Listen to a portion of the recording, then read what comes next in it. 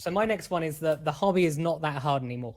And the reason I say this is because I have been in this hobby for 15 years, and there will be people who have been in this hobby a lot longer than me, but I have a much wider perspective of what the hobby used to be like. Mhm. And the people who've been in it for 25 years will have a completely more serious version, a more difficult version, when acroporas were seen as impossible to keep. Whereas now they're not impossible to keep. So already you can see it's not as hard as it used to be. There is so much more information out there. Even I actually learned from books. There were no YouTube channels. I think Mr. Saltwater Tank might have been the only YouTube channel there was when I first started. And New York Stilo. Yeah.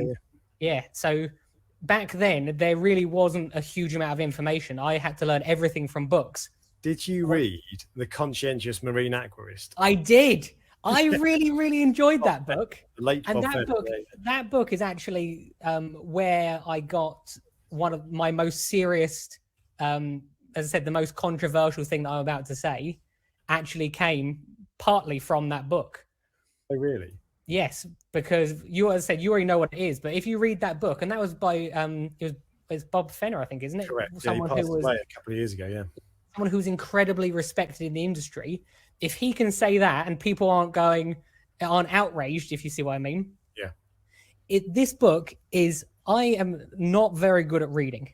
I basically can not read very well at all. And I read every page of this book probably twice. It is written in a really, really easy format.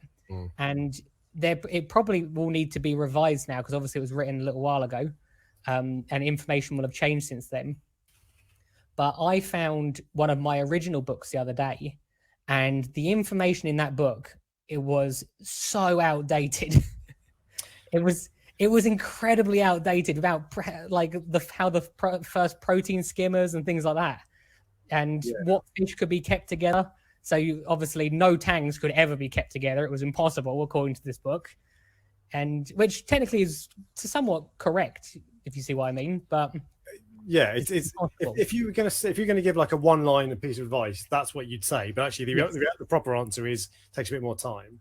And this, so I don't. This doesn't seem right. It says 2008 this came out. I think it was much older than that. But anyway, that must be an updated version. But anyway, so this it talked a lot about Berlin method, basically. So an absolute ton of live rock and a skimmer, and there are, but the methods don't necessarily. They'll still work today, but they don't necessarily suit people.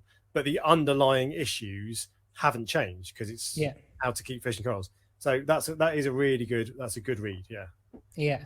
So going back to it isn't that hard anymore. There are certain basics now, and you can make it as hard as you want as well. So if you want an all Xenia tank, then it's not hard at all. It will do that for you. You put a frag in there, you can basically just ignore it, and you'll have an all Xenia tank. Yeah. If you want all Acropora tank, then it's really hard. I believe that it is a myth of the hobby that it's hard or extremely difficult, which is what it is still portrayed as, and it just isn't. And I think that part of that myth comes from us. Part of that myth comes from hobbyists telling their friends, telling their partners or their mums and dads and everyone, going, look what I do. I am a master of the sea. And the reality is the coral farm runs itself. I have to do hardly anything anymore in terms of running the coral farm. There is a basic schedule which I follow, and as long as I follow that schedule, then everything goes well. The difference with that is you know what you're doing, and it is there. I can't remember. You've definitely done a video on this. I can't remember if I have as well. I was going to do two: one that says the hobby is really hard, and one that says it's easy, so I can present both arguments. Yeah. I can't remember. I did one. I can't remember which one I did. You did. I think you did easy. Did I? Right. Okay. I think I definitely did easy. That was my most popular video. That's what I did because I was like, right, that worked. Let's see if I can do it as well, and it didn't. But anyway, so it is easy if you know what you're doing. So my tank runs itself as well for the most part. I don't test very often, which I should, and I don't spend that much time on it. But there are still things I have to troubleshoot, all that sort of stuff. it's easy if you've done. Actually, do you know what? So this is the one video I am going to make at some point is about the difference between fresh and saltwater tanks, and how easy is it? Because it is easy, but the difference is it's easy for someone who is a little bit conscientious. So I've got I was speaking to someone at work the other day who's got a freshwater tank. Yeah. And he said he left it. He went away for a fortnight or something, had the lid off. When he came back, half the water had evaporated, and there was a couple of fish lying on the side. And he just poured a load of tap water in, and everything was fine. Now you can get away with that. Yeah. Probably a lot of times that wouldn't be great, but you can get away with that with a freshwater tank. If you made the same mistake in saltwater, bang, you're done. It's wiped out. Yeah. So it's easy if you've done a bit of research, and you don't have. I spent 2 years before I got into the hobby reading books like Robert Fenner on forums, reading articles, and it wasn't much YouTube around then. But that's what I was doing for 2 years, talking to people in shops. What a waste of time! When I got into the hobby, I was like, I don't know anything. But you do need to do some research, and if you do a little bit of research, and if you care about the hobby and you want to spend time with it. It is easy. If you're just like, oh, you know what, I've got a goldfish, I quite fancy a couple of clownfish and some corals, it's not quite so easy.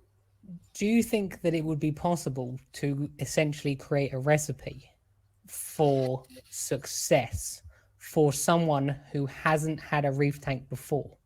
So, for example, you could say you want to get this 3-foot tank, and you want this or 4-foot or whatever size tank you and you say you are only allowed these select fish, so you're only allowed a clownfish. So do you see what I mean? So if they want to keep an Achilles tank, it's an entirely different scenario. But if you just want to have a reef in your house and you're not interested in keeping the most amazing brightly colored Aquapora or things like that, then it's nowhere near as hard as people think it is. I will fight my corner on this one. You're absolutely right, and so the point of the recipe, it is possible, but you're damn right there are limitations because it can't. When I found it on my on Google Photos. You know, it tells you these photos from 10 years ago, whatever. Yeah. I had a load of screenshots of the fish I wanted before I got into the hobby, and it was like good sharp nose puffer. Some that are sensible, and I've got now like a little scarlet hawkfish, but loads that were just like, oh, they're cool. Live Aquarius says it's reef safe with caution, so that's probably worth a risk. But what you would have to say with the recipe is forget Aquapora, probably forget SPS, to be honest. Yeah. Softies and LPS, and only certain ones. Yeah. And if you want a bloody massive tang, well, forget it unless you've got a big tank. But if you want limited fish, then absolutely. And it could be, you still need to spend a bit of time on it. It can't just be, I'll leave it, because you've got even things like topping up your freshwater reservoir every week. Yeah. Although you can get away without that if you had, a tight lid. But anyway, yeah, I absolutely agree. You could do it. A recipe. But even with that, that's telling someone that they need to top up their fresh water it's not like a long, like really difficult process to understand. I know I saw that a minute ago. I'm assuming he's referring to mine. So I know this isn't the most appropriate place to live stream, but I like them. So I should put that on the thumbnail, actually. I get a load of people clicking on, wouldn't I? So yeah, you probably would. So anyway, sorry, you were saying. These are literally my favorite pictures in my house. So that's why you all get to enjoy them. There we go. So going back, I do believe that a recipe of specific corals and specific fish could be done. And I also think a very, very basic guide saying you need to check this parameter or these parameters on these days. And if you follow this, you are likely to have a success unless something goes significantly wrong, like a power cut or a disease. Those are and there is a company in America which has tried. I think they partnered with a company like Fluval or something, where they had a select group of 6 corals and a select group of a couple of tank bred fish, and then I think it might have been Fluval provided the tank, and it was almost like an all-in-one setup. This is a reef in your home, which is dangerous because if there's nothing behind. Oh, there you go.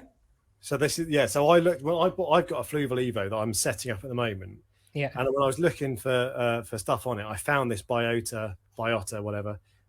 It was on Inappropriate Reefer, and they provide you. I think it was quite expensive, and if you bought it all separately, you'd save a lot of money. Yeah, yeah. That's not really the point. But it was they give you in stage and all this sort of stuff. I don't think they did it right. I'm sure they had a bubble tip anemone was one of the things you get, which I thought, oh, really, it's not probably great. But anyway, that's what. And actually, what you're talking about there, one of my mates has talked to me before about things I should do to expand the Reef Dork empire. And one of the things he says is I should spend time making an ebook and selling an ebook, which isn't necessarily a bad idea. Yeah. But I've just never really fancied the idea for various reasons. But if you did a guide, a proper guide that was really carefully thought out and was your recipe, you don't know squat about fish, you can set this tank up, follow these steps, don't skip ahead, don't rush, don't miss things, and you are pretty likely to have success. Yeah. Absolutely. And it's funny that no one's done that, actually, thinking about it. Maybe someone has, and we just haven't seen it. I actually did start writing an ebook, but I think ebooks are a little bit outdated now. Ebooks had a significant time at one point. Maybe, yeah. But I think people, that was before YouTube. And now YouTube's out. People don't want to read an ebook. They want to go to YouTube for that content, if you see what I mean. Yeah, maybe the alternative. So one of the problems with my videos is I try to keep them short, and that means that I have to cut things out. So I'll give you a little snippet, and really I'd like to talk about that one line for 10 minutes. So maybe the answer is to do a proper an hour-long video or something, where you just sit down and go, right, no messing around. This is what you need to do. But I'm not sure that would get views, to be honest. If it's an hour long and there's no pizzazz or whatever. Anyway. But yeah, I agree with you. There are other videos you make that have pizzazz in them. Oh, that hurts.